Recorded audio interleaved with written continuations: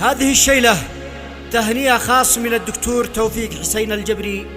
مهداة للشيخ قناف القحيط وابنه الصديق العزيز محمد قناف القحيط،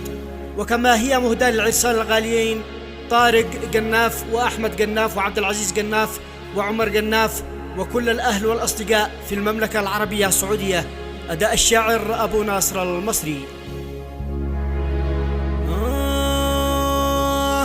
من بلاد أسعد الكامل وشمار يهر عاش، حيثما الله يثف الهيجاء معمر كل أشواق، من ظفر اليمن من قلب بقلعات برقاش، ذي سكن بينها تبع بعصر تعاشوا، من بلاد أسعد الكامل وشمر يهر عش، حيثما الليث في الهيجاء معمر كلاشه، من ظفر اليمن من قلب قلعة براقش، ذي سكن بينها تبع بعصر تعاشه، شل يا طير كيفني وبجناحك فرش، في سما المملكة يا طير خلى الخواشه، وارجع اسقط على مكة حذري تطنش، جنة الله ذي قد فاز فيها عكاشه، قبلة المسلم ذي حبها فاري للمش، روضة الحسن ذي حمت عليها الفراشه، اعتمر بينها وارجع على طولنا، والشحو قناف ذي بالعرف سيد وباشا، انها الشيخ قناف القحيط المحمش، صاحب القبيله والمعرفه والبشاشه، حاتم الطائي المعروف بالجود مدهش، يعرفه من وصل بيته ويدعس فراشه، شيخ مقدام مثل الصقر بالجود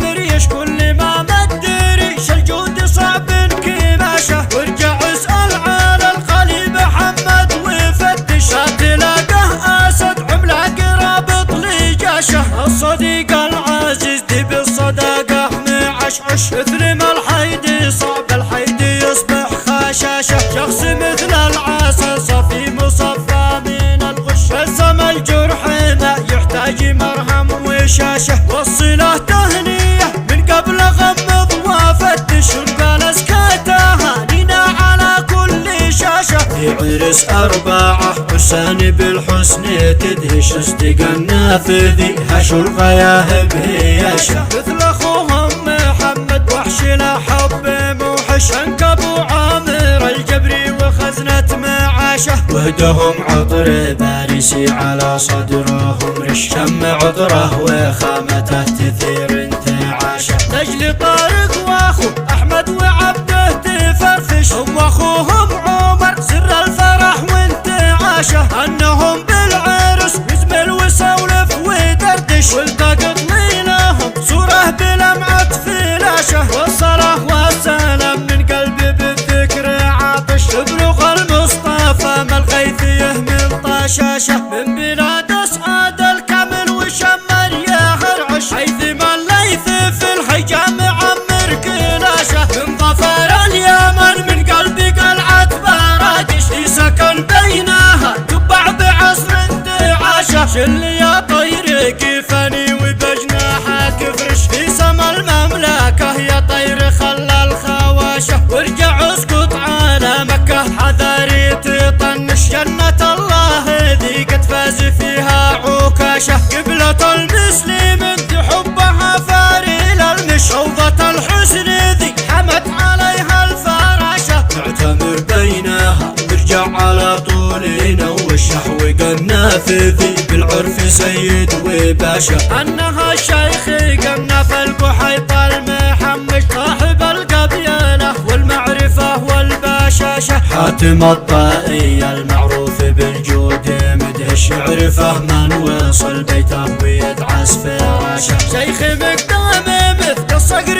بالجود مريش، كل ما مد ريش الجود صعب كماشه، وارجع اسال على الخليل محمد وفتش، تلاقاه اسد عملاق رابط